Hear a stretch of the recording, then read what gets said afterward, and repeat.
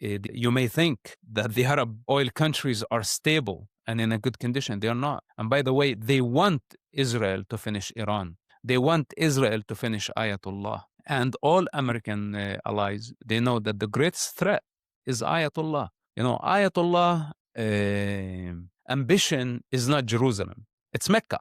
It's Mecca. And if he has the opportunity, if it wasn't for the United States, if it wasn't for Israel, he would have invaded many, many years ago. This is when you need to be concerned.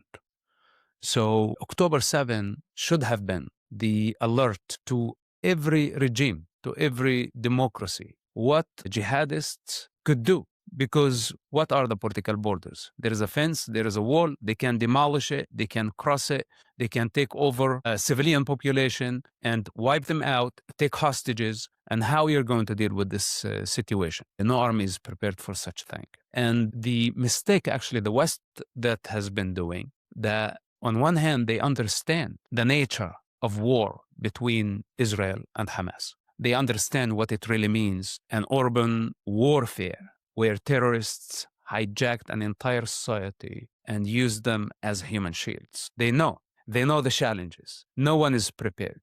And instead of giving Israel the support, they actually gave or tried to appease the mob, the beast. And who is the beast? But unfortunately, Muslim migrants who came to the West conditioned on the teachings of Islam. And since October 7, instead of the world understanding the dynamic of what's happening, jihad spread like wildfire. You know, they say free Palestine, but they mean destroy Israel.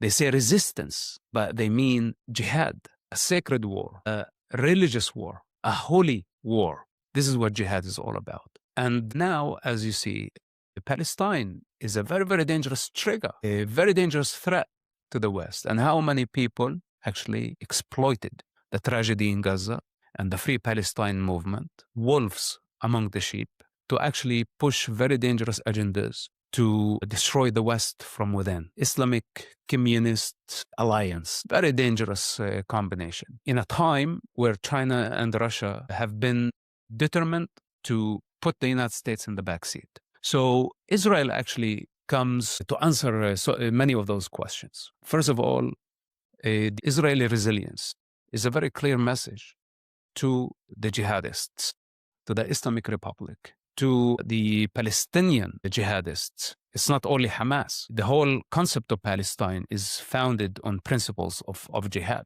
even though the new generation of Palestinians say, no, it's not jihad, it's resistance. And they pose as a national movement, but they are not. In their nature, it's jihad, it's Islam, it's killing for Al-Aqsa Mosque, ideological warfare. Which Arafat, by the way, he used the same imagery of Al-Aqsa. He quoted and declared Al-Aqsa no differently than the Hamas. And so what I hear you saying is there's an instrumentalization of the concept of Palestine in the West, which has nothing to do with a state of this size or that size or a territory of this dimension or that dimension. What I hear you saying, Mosab, is that Palestine is a state of mind. It's an ideology. It's an overall political consciousness that is used in order to advance jihad and Islamism around the world while appealing to the West as something that they can relate to as sort of a territorial grievance. Yes, definitely. This is the double game. They say something here, but it's perceived something else on the other side of the world. It's very, very dangerous. I said this from the early beginning. Palestine is a very, very dangerous trigger. People don't realize how dangerous it is. As someone who lived the first intifada, things were very peaceful before the first intifada. The moment they start chanting from the river to the sea, intifada, intifada, things went south, and it has been going south since then, since 1987. And when I start to see this in the West, Western cities, like New York, like London, like Paris. For me, as someone who lived there, this was the moment where you cannot tolerate such lie. The more you tolerate it, the more you try to appease it, it's going to grow on you. At the beginning starts throwing rocks, stabbings, shootings, suicide bombing. Then eventually, 30 years later, or even much less, it becomes October 7 style genocide or attempted genocide. And then what comes, the aftermath is destruction. Now, there is no democracy in the world that would tolerate such a thing. But to come back to the region, everybody's looking at Israel and I think Israel is in trouble. But I think Israel is the strongest country, the most stable country in the region. Yes, in the region. Yes, there are challenges. There's domestic violence, unfortunately, from the Israeli Arabs who don't show total loyalty to their flag as Israeli citizens. They are conflicted about their identity. They don't know if they are actually Palestinians or Israelis, even though their citizenship is Israeli citizenship. So this is a very big challenge to the state of Israel. Then we have Gaza. Then we have the West Bank and the double game of the Palestinian Authority. How would you explain the double game of the Palestinian Authority? How do we understand that? The Palestinian Authority pose as the peacemaker or the peace partner, the alternative to Hamas Islamic Jihad. But in reality, they are not. I think they are more dangerous than Hamas. At least Hamas is very clear. They say, we want to destroy the state of Israel. We don't want peace with Israel. We don't want to recognize Israel. Their agendas are very clear. You know how to deal with them. This is why the world came to a conclusion after October 7 to say, okay, we have to remove these terrorists from power. But the Palestinian Authority has legitimacy, has been legitimized. And their dealings under the table, pay for slay, which now they actually come in after how many years, how many decades of funding martyrdom, praising shaheeds. The Jewish people prayed for hundreds of years, if not thousands of years, saying next year in Jerusalem, the head chairman of the PLO, of the Palestinian Authority, Arafat? Arafat, was saying, Al-Quds Rayhin Shuhada bil Malayin. Means like we are going to Jerusalem, millions of martyrs. This is what he was chanting even a few days before he died, until the last hour. It's no different than saying the Al-Aqsa flood in Hamas's terms. Exactly. So, okay, you can craft your political statements very carefully and appear to be neutral and wait a couple of years before you condemn Hamas attacks, waiting in the grass, seeing the challenges Israel is having, instead of stepping forward and say, this does not represent us. This is not who we are. And what Hamas did was wrong. And in fact, to partner with Israel, if they were a true peace partner, imagine if the Palestinian Authority, instead of working with South Africa and some foreign entities to condemn Israel in the international arena as a genocidal country, committing genocide in Gaza, which is not true. And the Palestinian Authority, no, that is not true. In fact, Israel is doing the Palestinian Authority a favor by removing Hamas from power, their worst and most bitter rival among the Palestinians. They waited to only exploit the current created after October 7th, instead of standing with the truth. What type of peace partner are you? You came to the region. Israel allowed you back, according to Oslo, not for a promise of statehood at all. It was not about statehood. It was about peace. And you failed again and again and again. Especially, actually, what brought us to the point of Gaza destruction, except the Palestinian Authority? When they lost control over the Gaza Strip. 2007. If it wasn't for their corruption, if it wasn't for their laziness, if it wasn't for their double game that they play everybody, Hamas would never come to power. But they gave Hamas the opportunity. And now they are still playing the same game. Hussein al-Sheikh and all these Palestinian Authority leaders moving in entourage, bleeding the economy, while people, they don't have incomes, they don't have jobs, they don't have salaries. Their economy is at the verge of collapse, but they're living the luxury life. So they are now repeating the same thing. And tomorrow, when the economy collapses, they are going to weaponize the crisis towards who? Israel. Towards Israel. Another intifada. So they are not trustworthy. And this double game, that you don't see their true face. I actually prefer to deal with Hamas or deal with extremists who are basically clear and obvious. You know how to deal with them. When you reach a dead point, that's it. After October 7, the use of force was the only option on the table. But right now, nobody can use force against the Palestinian Authority, even though they have been exporting hateful indoctrination, terrorism, not to forget about their diplomatic global campaign to defame Israel. Which is kind of jihad itself, right?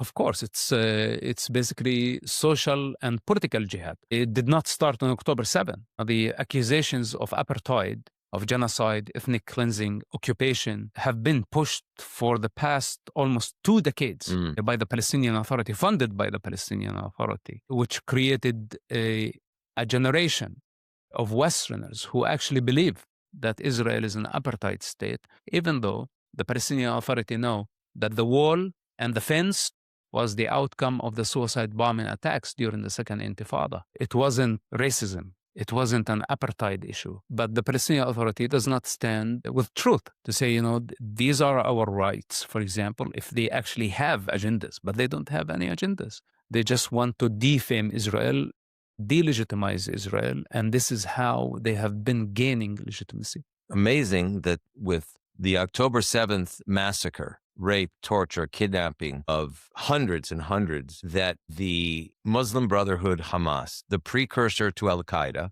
was able to convince many of the young people in the United States, and even a majority, that Hamas is right, Hamas is legitimate, the Palestinian cause is much more legitimate than Israel is. And it seems to me an extraordinary inversion of legitimacy, particularly in view of the fact that the Hamas took great pride in documenting their atrocities on the GoPro cameras. And still, with that evidence, it managed to bamboozle or to pull the wool over the eyes of the West and convince the West through the iPhone and the pictures of mass destruction of many buildings in Gaza where the Hamas hid, used human shields, exploited the children in schools, in buildings, in mosques, in UN compounds. And Israel comes out as being sort of the modern day Hamas. And the Hamas, in a way, comes out as being, the victimized Jews. Total inversion. Yeah, this is the, how do I get away with attempted murder? I frame the victim, the victim with a perfect crime, so they can never get out of the suspicion. And this is exactly what they did. October 7 was attempted genocide. How do we understand the war beneath the war? Meaning, in the West, the United States was founded with the U.S. Constitution. The absence of religious coercion is wholly, paradoxically, in America. You can be any religion, any ethnic background, and you're guaranteed by the Constitution to be free, to express yourself freely, to believe what you want to believe, to move freely. And yet what has happened is that the most extremist and radical Muslim Brotherhood religious personalities have convinced the free world that its cause is virtuous. And yet it seems that the free world, led by the United States and the European powers and the English-speaking countries, are unfamiliar with the nature of jihad. You yourself grew up in that cultural context. You understand it as well as anyone there, and you also live in the West. So what is it that the West doesn't understand, that they need to understand about this long war that President Trump appears to believe can end, if not in the short term, in the medium term? We can come to a new Middle East in his vision. But as we see it unfolding, Mosab, it seems that this long war that we know as jihad will take a long, long time to overcome, whether it's Iran, whether it's Turkey, and with the help of the indoctrination and mass soft power of Qatar, whether it's the Houthis, and all the other proxies. So help us understand the timeline here, the essence of jihad. What does the West really need to understand? The problem of jihad that's protected by the most and fastest growing religion on earth. On one hand, the Qataris push the Muslim Brotherhood indoctrination. Thousands of imams, Muslim Brotherhood imams, are on the payroll of Qatar. But on the other hand, Qatar repress any attempt to criticize Islam when jihad manifests, to say this is Islamophobia. And the terrorism does not represent the truth of Islam. And they just keep manipulating the public, and I really don't know what's their game. Is it to sabotage the West completely? Impulsion, explosion. They want things to just go completely out of control. You know, you fund the mosque where the hatred originates, where the jihad verses have been recited. Okay. On the other hand, you go funding campuses, universities. And when people start questioning, you silence them, censor them. Qatar, forget about the mosques and the imams or the jihadis. Look at Al Jazeera actually portraying jihadists as freedom fighters, as a resistant movement, rebranding barbarism and terrorism as a legitimate act of freedom. Where all this manipulation and the confusion coming in the West? Jazeera is a giant empire that has been pushing false narrative for so long. And of course, by the name of freedom of speech. So, you know, as an American, actually, my freedom ends where it clashes with other people's freedoms. You know, freedom does not mean that I cancel your right to exist and say, this is my freedom of speech. No, this is not. But today in the social media, so many people behind a screen pushing violence, and there is no censorship by the name of free speech. That it's the biggest illusion in the West. Free speech. What do you mean free speech? If somebody is framing me for a crime that I haven't committed and they want to sentence me to death and they're validating, erasing me from existence, you still call that freedom of speech? It's not freedom of speech. It's existential threat. And just look at the anti-Semitism, anti-Israel, rebranded as anti-Zionism since the war in Gaza. How much hatred against the Jewish communities. What happened just recently in Australia, unfortunately, is not going to be the last thing. And the jihad is not only against Jews, it's going to be against Christians. Just press the jihadists a little bit more, push them to the corner a little bit more in the UK or in Dearborn, in majority, let's say, Muslim cities nowadays, or where they have the power, and see how they're going to behave. It is going to be nasty. So, okay, we can claim that we are protecting freedom of speech, but we are actually allowing very dangerous ideologies, the Muslim Brotherhood, jihadism, Palestinianism, victimhood, that right now there is an entire generation in the United States and in the West that is actually adapting to the victim mentality, you know, that October 7 was justified based on their point of view. They bought the narrative that if you have been occupied, if you have been oppressed, of course, without understanding the reality and how October 7 came about, tomorrow they're going to say we are oppressed by our own government. We are oppressed by the opposition or by a certain religion. And then they're going to also believe that violence is justified. Now, the FBI discovery regarding the plot that was supposed to take place New Year's Eve in Los Angeles. 4 major terrorist attacks targeting corporates. The group is not jihadists, is not Islamists. It's actually leftist, affiliated with Palestine, Palestinianism and Palestinian victim narrative. And what is their demand? Free Palestine and free Hawaii. Free Palestine and free Hawaii. So now, as you see, there is a new generation right now saying free Hawaii. Meaning subvert America. Yeah. It's not about Israel. It's about the free world. Exactly. So basically, this is how the jihadism, it's not like, does not have to be necessarily a jihadi, ISIS jihadi. It's the legitimizing violence and barbarism for lame reasons. And everybody is becoming a victim. And the more they blow up stuff, the more they feel victimized. And the more the blood lust ignites. So this is how it has been with the Palestinians. That they never learned over 77 years, that seeing how it's a snowball and it has been rolling and getting bigger and bigger until it became a genocide on October 7th. Then instead of learning and say, it's like, okay, you know, this is it, it's a dead end, they doubled down on the same strategy, the violent strategy. And why many people in the West actually love that. social media, hateful indoctrination, violence, calls for violence, all this clash that's happening in a virtual reality, it's projecting somehow in the real world. And we just need to accept that it's not only the Middle East right now. We could be experiencing the collapse of civilization, and this could be just the symptoms of World War III. Could be, and it may not happen. I don't know. But humanity at this point is at rock bottom. And everybody is looking for an excuse. Everybody is looking to justify violence. And here comes the jihadism, Palestinianism.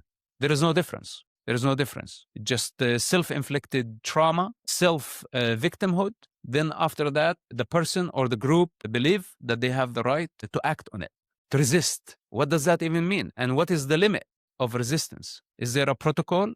We saw it clearly on October 7th. They kidnapped toddlers. They raped women. They killed every form of life. So anybody can claim to say, I'm resistance, I'm a Palestinian, and I hate my government, and I hate this corporate, and now I want to buy guns and become a freedom fighter. This is the invasion that I'm concerned about. And it's not only limited to jihadism, but jihadism is the spirit. Is the spirit of violence, is the spirit of conquest. So there is this meeting point between what we know as woke or far left ideology and Islamism. They meet in the middle on this victimization, on the issue of, on the agreement over some sort of conspiracy by the establishment, by the state, by the country, by the political systems, by those in power. And that's, it seems, how young people have actually bought in to the same radical extremist Islamism that would actually kill them and boomerang on them if they were to live in those societies. Yeah, absolutely.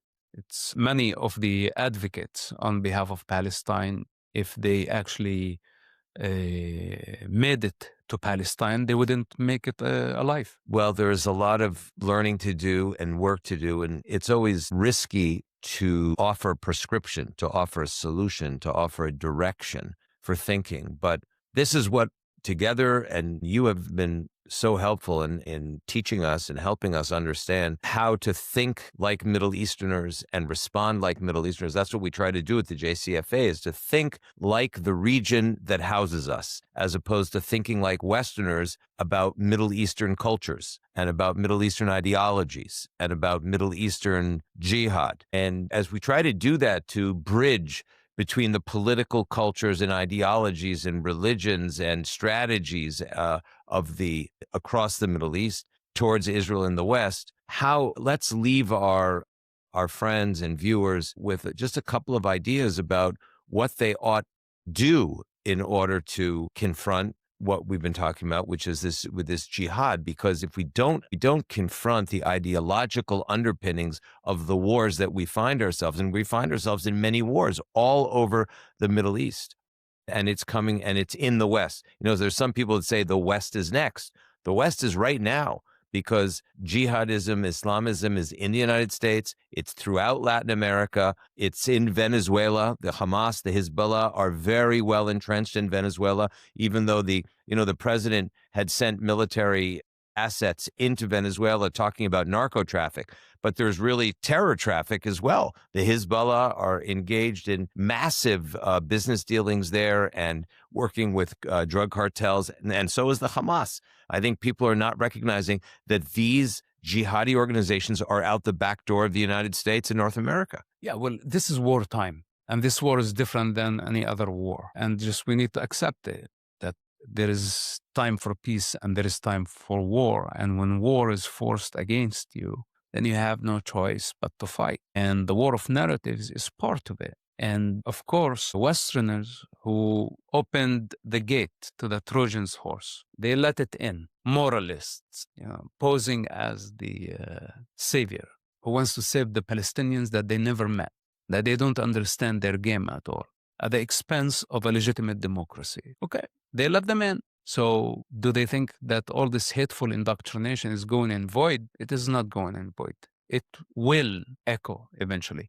But in my opinion, the danger is not only in Europe. As I said from the beginning, Arab oil countries, there is a threat coming from the Yemenites, people of Yemen. Saudi Arabia bombed Yemen yesterday. And you saw what Yemen did to the state of Israel during the war. It sent millions of people to shelters.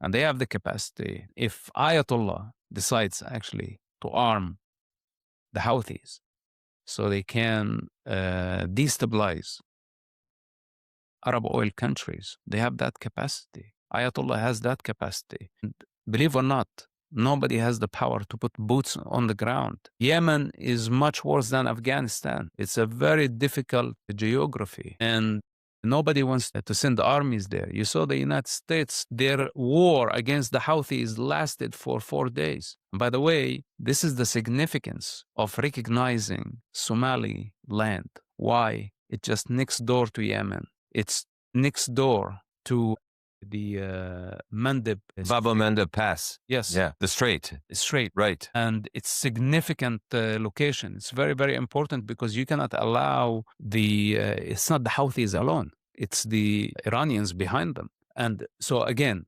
you may think that the Arab oil countries are stable and in a good condition. They are not. And by the way, they want Israel to finish Iran. They want Israel to finish Ayatollah. And all American allies, they know that the greatest threat is Ayatollah. You know, Ayatollah ambition is not Jerusalem. It's Mecca.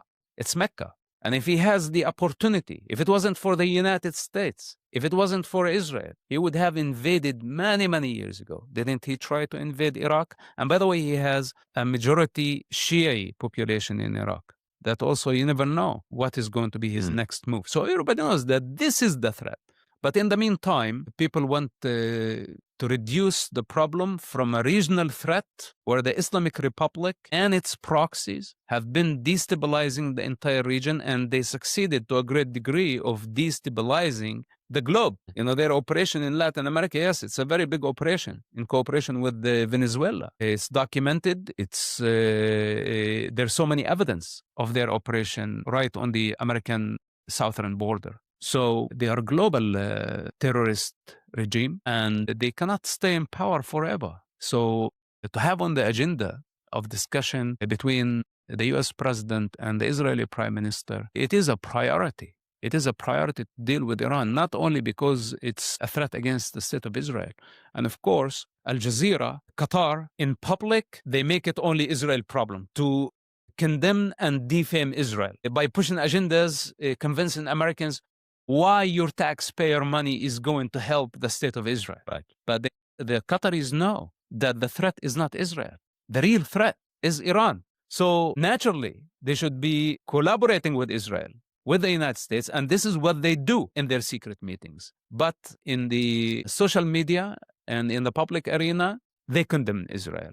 And they challenge the United States. So this is the double game, and somebody has to pay the price eventually. But thank God that Israel is determined, that the Islamic Republic and Ayatollah must go. And I hope, and that would be the greatest gift to the region and to the world, that the people of Iran, people of Persia, would just rise up and bring this dictator, this killer, this terrorist down, to overthrow him and build a true democracy. It is not going to be an easy process, but at least if they manage to overthrow the Ayatollah, the ballistic missile program would be demolished, the nuclear program would be suspended for good, and the world would give a hand to the Iranians, where, you know, we will be able to bridge not only Israel with Iran, but also the rest of the region. And then we will be talking about peace possibility. But as of now, we cannot hide our head in the sand and say, you know, there is no Iranian threat. No, there is. The threat is there. And it's not only against the state of Israel. It's against the entire region. It's against the global security. So the international community, so-called, has a lot of work to do in order to face this global threat. We really appreciate your coming in and giving us really a lesson in how to think about these things. And this is our big challenge. How do we ask the right questions? And how do we, with the greatest of modesty, come up with pathways that can help the region, the Middle East, the West, become more secure, become safer, and become prosperous? But the first stage is exposing and then educating, and then engaging allies and friends towards a much better reality that you've helped us understand today. Mosab Hassan Yousef, the Green Prince, my dear friend, thank you for being our very special guest on this special edition of Al-Sharq Al-Awsat Lana, our Middle East. It truly is our Middle East. Together, we have to make it a better place. Thank you. Thank you for Thank you. Thank you for joining. It's a great discussion.